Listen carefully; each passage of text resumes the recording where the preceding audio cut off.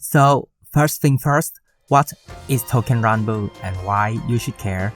Well, Touken Ranbu is a free-to-play browser game released way back in January 2015.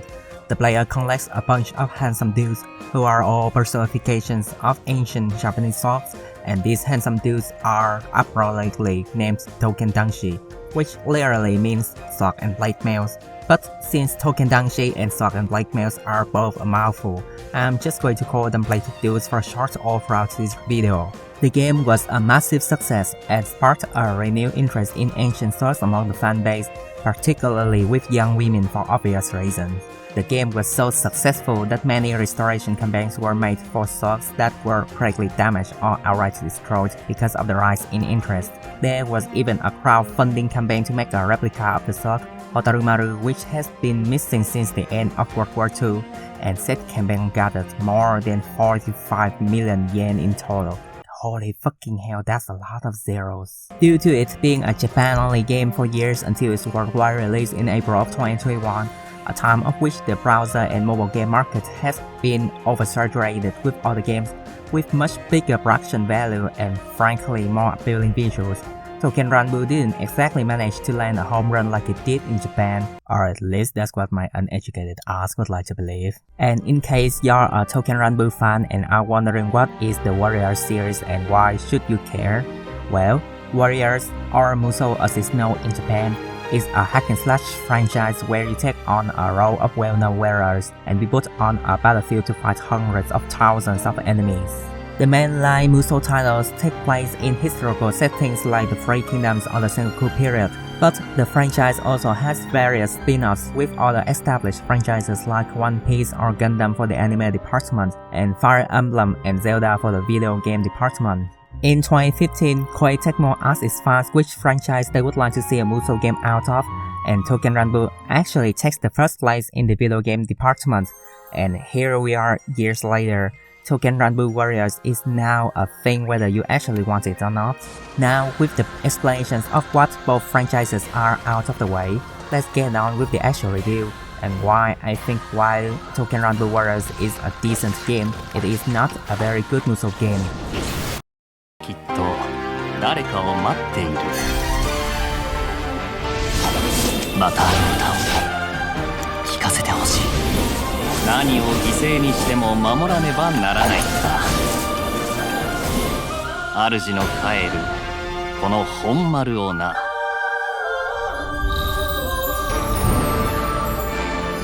刀剣乱舞無双。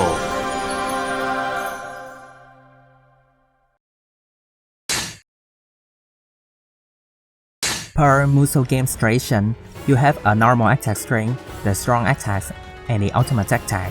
Unlike the mainline titles, you can't jump in this game, and in its place is a dash. The dashes in this game can be used to cancel out of most attacks, which make for a really fast-paced combat and easy maneuver around the enemy. One more different thing about this game compared to the usual Musou games is that instead of having to go through a number of normal attacks before you can execute a strong attack of your choice, you can now map up to 4 strong attacks to 4 combinations of R button and A, B, X or Y button, and you have absolute freedom to when and what strong attack you want to execute. These strong attacks also take priority over the normal attack, so you don't need to wait for the animation of a normal attack to finish before being able to carry out a strong attack, giving you even more flexibility in approaching combat. Except for a few specific battles, the blade dudes fight in pairs, and when the circle icon between the dudes' profile pictures fills up, you can press a button to perform a quick and powerful double-up attack. Likewise, when the gauge next to the dude's profile pictures is full, you can press a button to enter a super mode.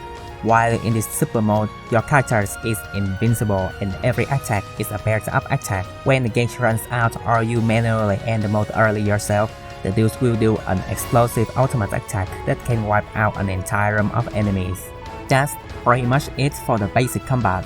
Musou games' combat have always been very simple and easy to get into, and this game streamlines the combat even more with the ability to carry out strong attacks at any given time and the easy dash cancel out of any attack. So anyone can easily pick this game up and have fun with any character without much trouble at all. One thing that you just can't not mention when talking about a Musou game though is the clones or how the characters' play styles differ from one another.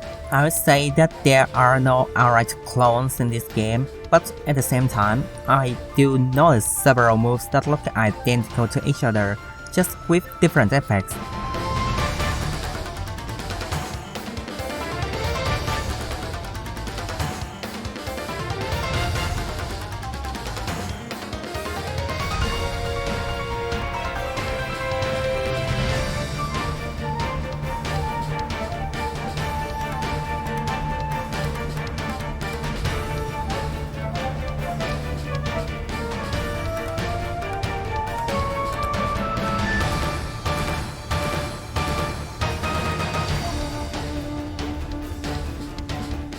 I don't know if this truly counts as a clone problem or not, though I'm inclined to say that it's not, because let's be honest here, there's only so many ways to attack with a sword.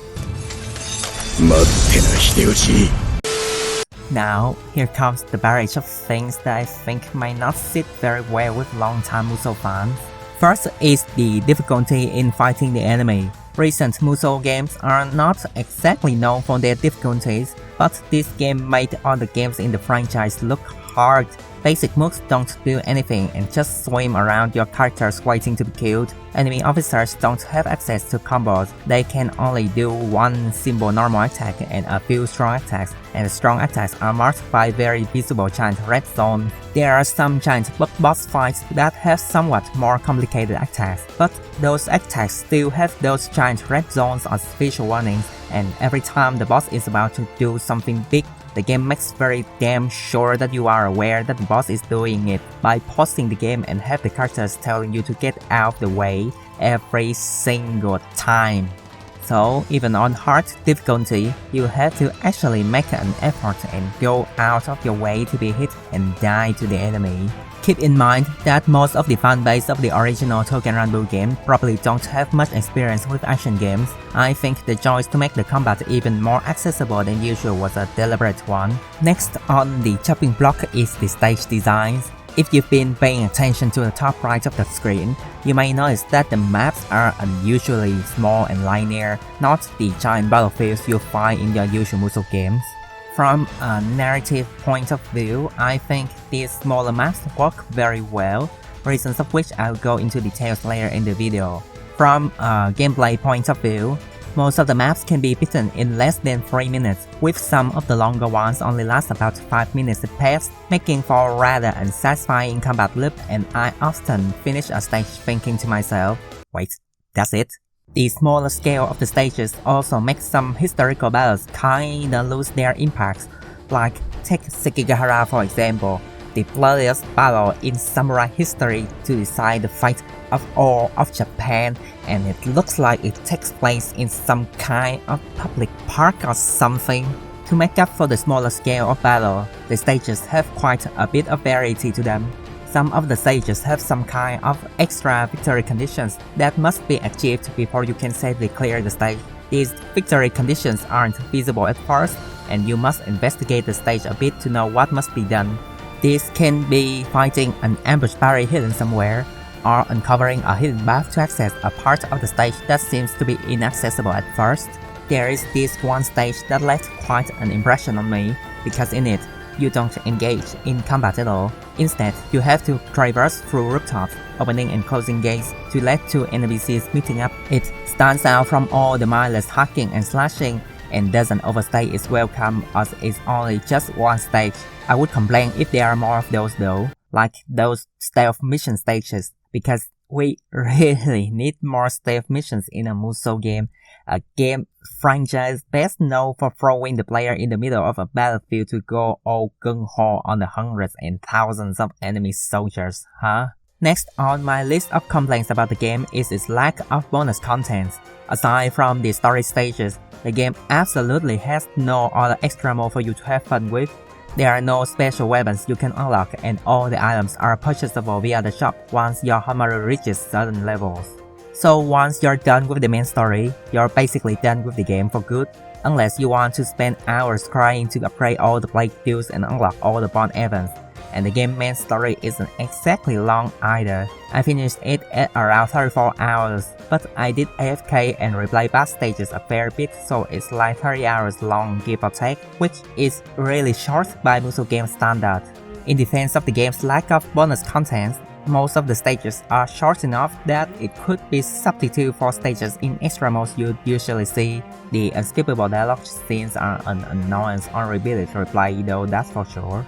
Also, the game does try to offer some small fun side contents in the form of various minigames in the Honmaru, like playing catch with Konosuke, making onigiri, or pouring tea. Your mileage may vary about the quality of these minigames though. I for one think they are all very half-hearted and not fun, but at least they are entirely optional and the only things you'll be missing out are a few bonus Fs and all material bonuses anyway. For lack of new weapon unlocking, the blade duels are personifications of ancient Japanese swords and spear and naginata, so it would make sense for them to use anything other than the weapons they are based on. The complete lack of options to forge the weapons to be more powerful do raise my eyebrows though. But I guess the game was already way too easy as it is that I could live without the options of forging. Though you still have the options to strengthen the blade duels themselves via trading off materials to unlock nodes from their skill trees. Not tree, swear. And here comes my last complaint about the gameplay. There are a total of 16 playable characters in this game. Each has 8 skill trees. Each skill tree has 9 skill nodes to unlock. This is how much a character needs to unlock 8 out of 9 nodes on the last sphere. And this is how much materials you can get after finishing one of the last stages in the main story. So if you want to fully upgrade all the blade duels, you're gonna waste a lot of your remaining finite time left on this earth replaying the same stages over and over and over again. I think this could chalk up to it being a remnant of the original Touken Ranbu's gameplay design, because grinding is the main thing to do in a browser game, and this game is just staying true to that. Doesn't make the grinding suck any less though. So all in all, while serviceable at best, the gameplay isn't exactly the game's strongest point. If you're a massive Musou fan and could ignore the short stages, or if you're new to the Musou genre, then I think you'll still be able to enjoy the game. But if the typical Musou's mindless hack and slash gameplay isn't your cup of tea to begin with, then Touken Ranbu Warriors most likely won't change your mind on the matter. To make up for the somewhat subpar gameplay, I think the story and the characters are the highlights and the main reason why one would want to check out this game. So I am going to talk about just that up next. If you're one of those spoiler-phobic bunch, then feel free to skip to the timestamp on screen to go to where I talk about the game's visual. I won't be spoiling any major plot points, but there definitely will be some kinda spoilery stuff I need to cover, so you can never be too careful. With that out of the way, let's continue on then. In a nutshell, the story of Touken Ranbu Warriors is about the blade duels stopping the Sengoku period from throwing off the true history timeline. There are 7 chapters in this game. The first is the tutorial to quickly introduce you to the blade duels, as well as the mechanics of the game. Then the next 5 chapters are about 5 different teams of blade duels dealing with 5 specific major events in the Sengoku period that could potentially lead Japan straying away from its true history timeline. Then the final chapter is about all the blade duels finally banding together to drive off the calamity once and for all, and for them to return to their master. I really like the premise of the game being about the blade duels participating in major historical events and preventing Japan going off the true history timeline, as it gives me more legitimate reasons as to why I should commit genocide on the enemy, something that a lot of other Musou games with original stories didn't really do it for me. The worst example being Fire Emblem Warriors, where characters will gladly order hundreds and thousands of their troops to suicide just because they saw the sister working with a stranger. Yes, I am still so salty about Fire Emblem Warriors that I need to specifically call it out here, thank you very much.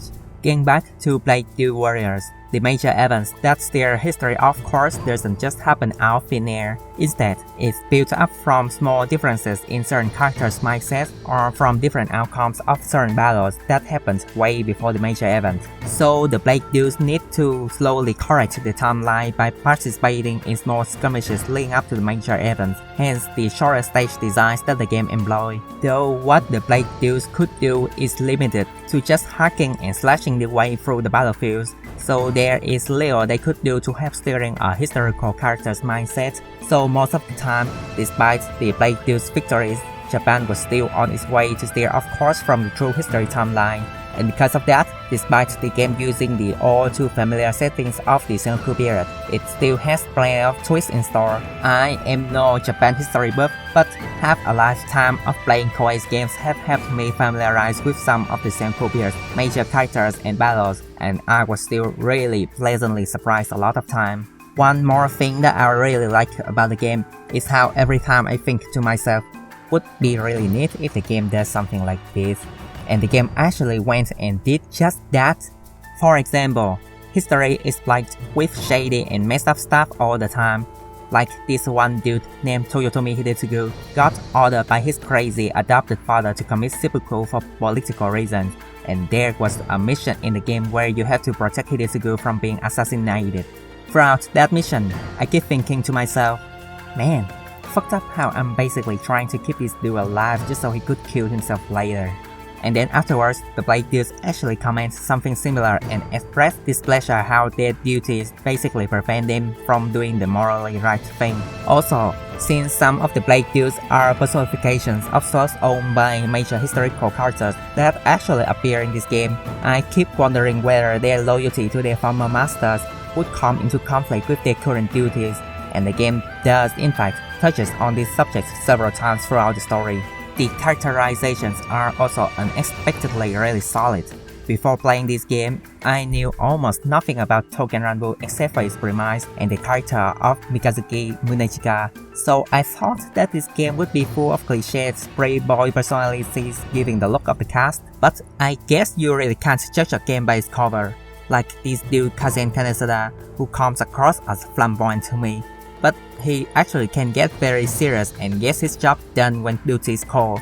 Or how the Buster Boy, Mikazuki Munechika, who looks pretty chill all the time, actually is very observant and cunning, and his insights help the dudes a lot in solving problems throughout the game. The worst thing that I could say about the characterizations is some of them are just kinda there and doesn't do much of anything, like Ichigo Hitofuri, or their characterizations don't exactly offer anything of substance to the overall story, like how Okurikara is a lone wolf type but no point in the game where his personality gives rise to conflict in the team, and he just obediently carries out his duties along with his teammates without complaint. Also, because of the team acting independently from one another for the majority of the game, interactions between the dudes are rather limited, and their interaction between the team members could become samey and tiring after a while. This is especially prominent with Team 5, which has only 2 members. Though thankfully, the story develops more than making up for the oftentimes limited character interactions, and there are plenty of pawn events that you can unlock to satisfy your needs in shipping materials anyway. With that said though, I feel like the game kinda loses steam and got rushed towards the end a little bit, because the final act tries to tie up all loose ends and give conclusions to certain characters whose presence weren't in the majority of the game. So it feels like several cutscenes or plot points were missing, making up for a rather unsatisfying ending in my opinion. I think the visual of the game is just fine. The game runs okay and I see no hiccups throughout my playthrough, but the performance is capped at 30 FPS even when Blade docked, which really makes me think why it was the way it is, because Fire Emblem Warriors runs really good with its silky smooth 60 FPS gameplay. There is no ugly low resolution textures nor there is pop-ups, but there is also no noticeable landmarks that wow me. On the contrary, there are several moments where I think the environments were made bigger than how it should be, making the characters look absurdly tiny in comparison, but this is just nitpicking on my part. The most impressive thing visual-wise is the ultimate attacks, with the slashing cut-in effect and all the floating sakura bells in the wind. combining with impressive camera works, really emphasize just how elegant yet powerful these ultimate attacks are. Also, this probably will go unnoticed by many, but the character animations in combat are very well done in my opinion, with their movements being very smooth and elegant, and some even have small personality quirks to differentiate themselves from other characters. The animations outside of combat, though, are kinda limited and very generic looking if anything. それなら食材切りさんにお願いして少し分けてもらってきますね。The characters' models translate really well from 2D to 3D in my opinion. I would even go so far as to say some of their 3D models look a lot better than their 2D arts. Like, take a look at Yagen Toshiro or Tonbokiri and I dare you to say that their 2D arts are better. The only one that looks off to me is Ichigo Hitofuri and his unfocused golden stare. You could tell that there's something deep, dark and sinister traveling inside this dude with that kind of stare. Anyway, not exactly a con for the visual department, but considering how the main selling points of this game is probably these blade dudes and their respective weapons they are based off from, I'm surprised that this game doesn't have a gallery mode where you can freely check the models out. Granted, there is a photo mode for you to take all the Muramasa's painted shot all you want, but the photo mode is really bare bones for some reason and you can't even enter photo mode during the ultimate attack, where you probably would want to considering just how impressive the characters look while carrying out their ultimate attack. This is really odd seeing how Koei Tecmo's previous games like Dynasty Warriors 9 or Neo 2 have two of the best photo modes I've ever seen. Speaking of Muramasa, you have a character whose personality quirk is how he likes to be a nudist, and you have animations for characters having their clothes torn, and yet you didn't have any visual gag where his clothes suddenly explode out of the blue. Talk about wasted potential, man. It's good. Like, really, really good.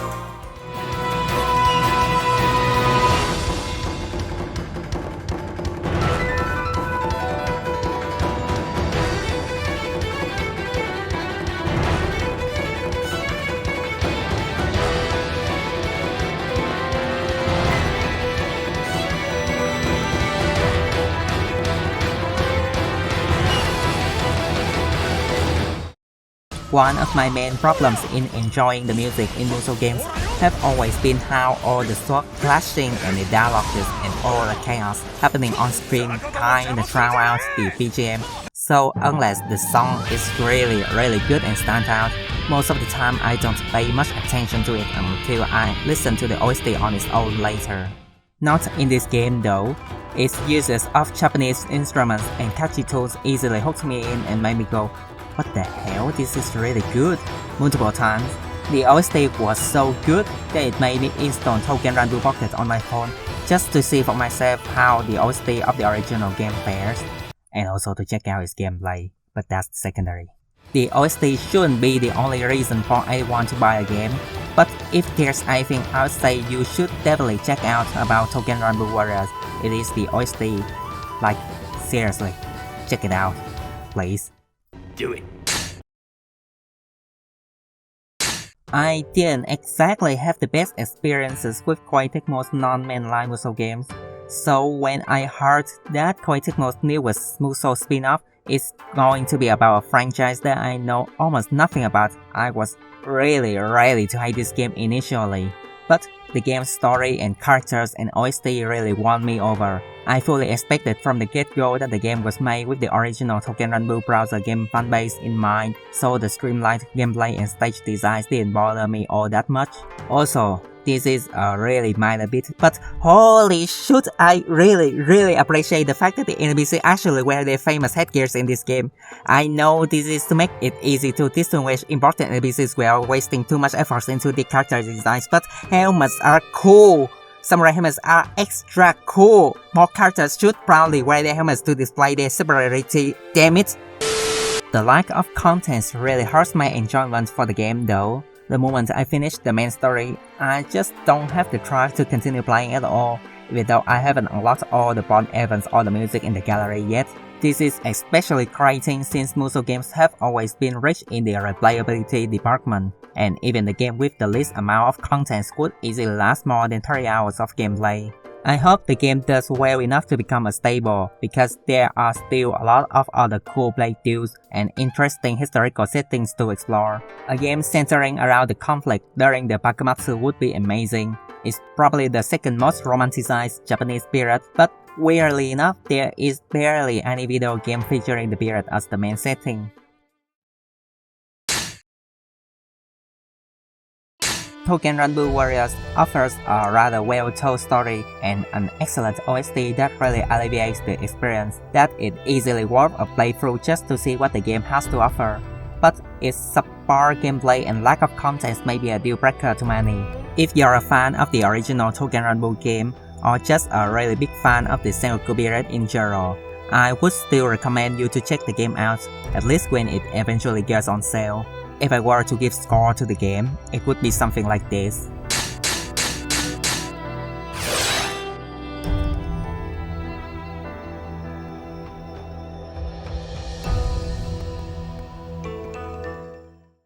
Okay, Koi, now that Touken Ranbu Warriors is a thing, where is my goddamn Riku Warriors?